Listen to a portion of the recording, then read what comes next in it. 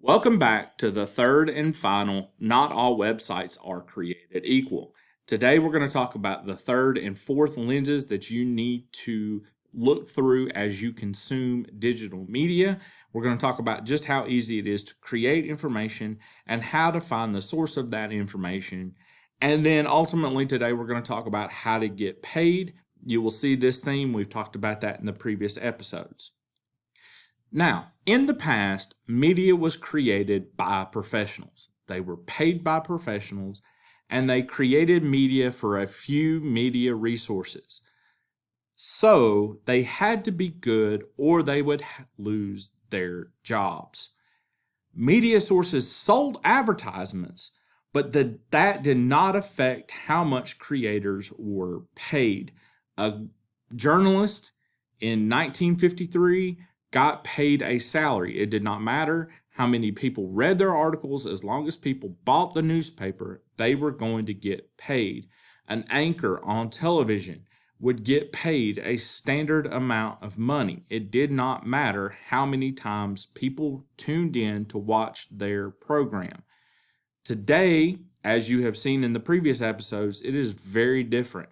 People are getting paid by the clicks, and so they have to create those triggering articles and get those pushed out and manipulate how people see those articles to get paid. So just how easy is it to create information online right now? On the left, you will see a picture of an ad placed by Fansided on the Cardiac Canes Twitter page.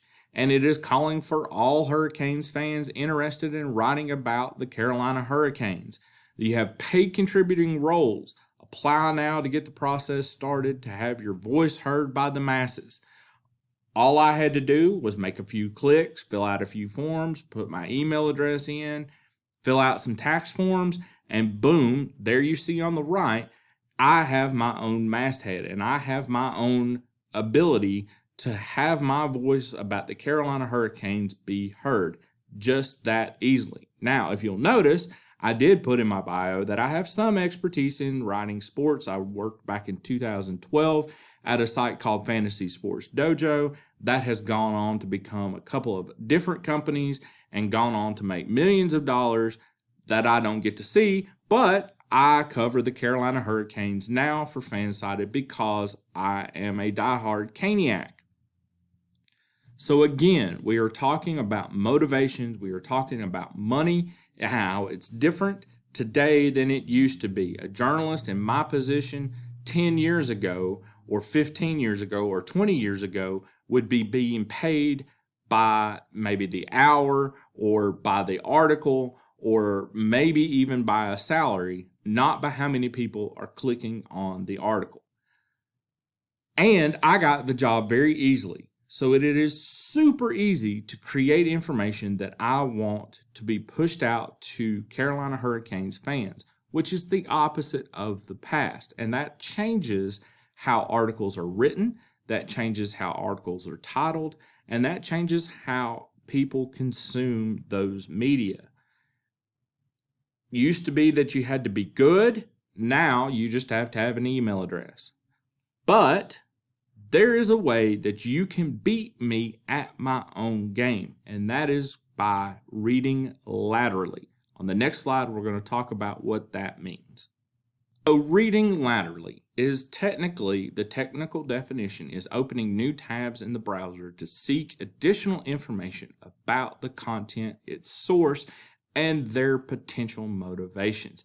Here's where we're going to harken back to the crap test and talk about the credibility and the purpose and the accuracy of the information that is being presented. And you will see on the screen the lateral reading process of the article that I have been using in this example. We had the article on the left, we have the site on the furthest left, the article, who Sebastian Aho is, who the author is, what is Cardiac Canes, what is the site that hosts Cardiac Canes.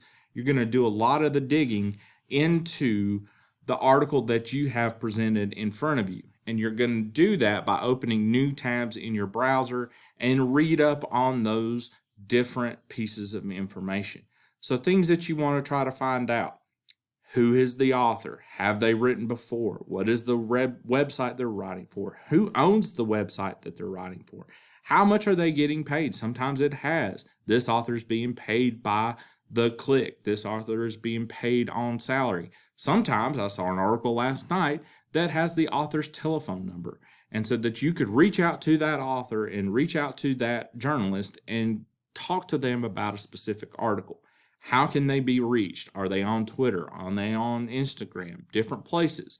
You want to find out as much information about the person who has created the media that you are consuming. Then you want to check through. Are their numbers accurate? Can you find the information elsewhere? Are there different inaccuracies, spelling errors, all the stuff that we talk about when we talk about the CRAP test? That's where the lateral reading can help you with this process. And we cannot stress this enough. Always read up on the content creator. Are they a professional? Are they a fan? Are they getting paid? Are they creating for fun? Asking you to pay? How much are you willing to pay? All of these questions you need to ask yourself. But you have to be the judge on their content.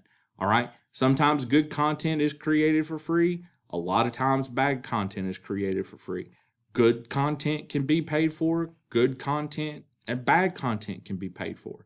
Lateral reading is going to help you make the judging decision and be the person who decides whether the content is good or bad and whether or not you are going to use that and consume that information and keep it stored in your brain and in your projects.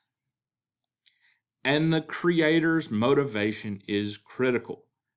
All people creating things out there want to be paid, whether it's with money or otherwise. It could be clicks, it could be shares, it could be any number of reasons, but they want to be paid.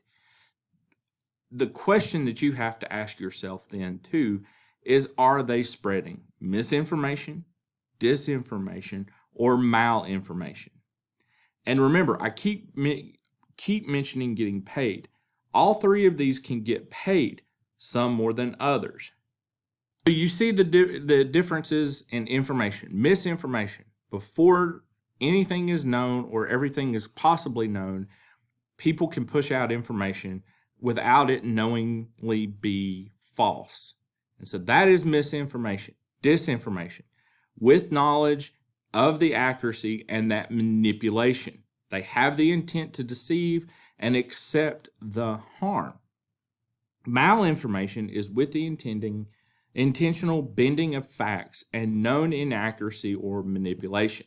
And that is with factual content presented out of context with the intention to deceive or with the intent to cause harm.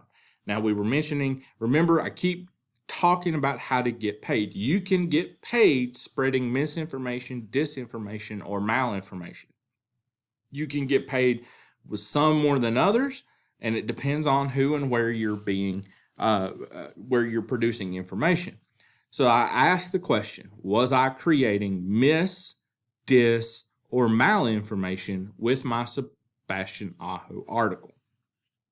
So to summarize this whole thing, another thing that you need to look at as you consume disinformation or misinformation or malinformation is, do they say they're sorry? If they make a mistake and provide misinformation, are they coming back and talking about how they messed up and where they messed up and the errors, and they correct those pieces of information?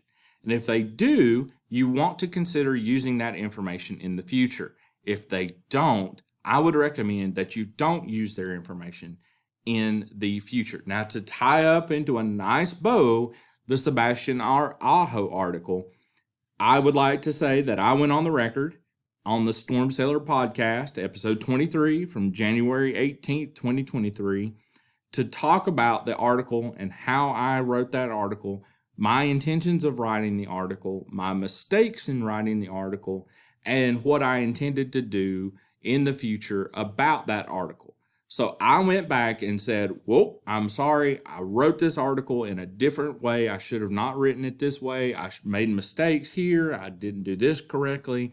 I was doing this and it didn't come off the way I wanted it to, yada, yada, yada, on a hockey podcast that was consumed by the people who had, if you'll remember, the hate tweets. So I went back and corrected my mistakes on my digital media. In this one, again, to review real quickly, we talked about the third and fourth lenses that you need to look at as you consume digital media. That is the forensics, who and what and when and where and how of the article, and then the motivation. Are the people being paid? Are the people doing this for free and for fun? Now, I'm going to throw this out again. A shout out to Mrs. Heather Barkley, Jennifer Cassidy, and Linda Dextre, who are all media coordinators in the Wake County Public School System. Shout out to them who helped me figure out all these 4 lenses, all the cool things that I've learned, and helped me in the formation of this PowerPoint presentation. Take a look at our other 2 videos. We talk about triggering and we talk about the accessing of information and how that is different across various platforms. Take a look, and thanks for watching.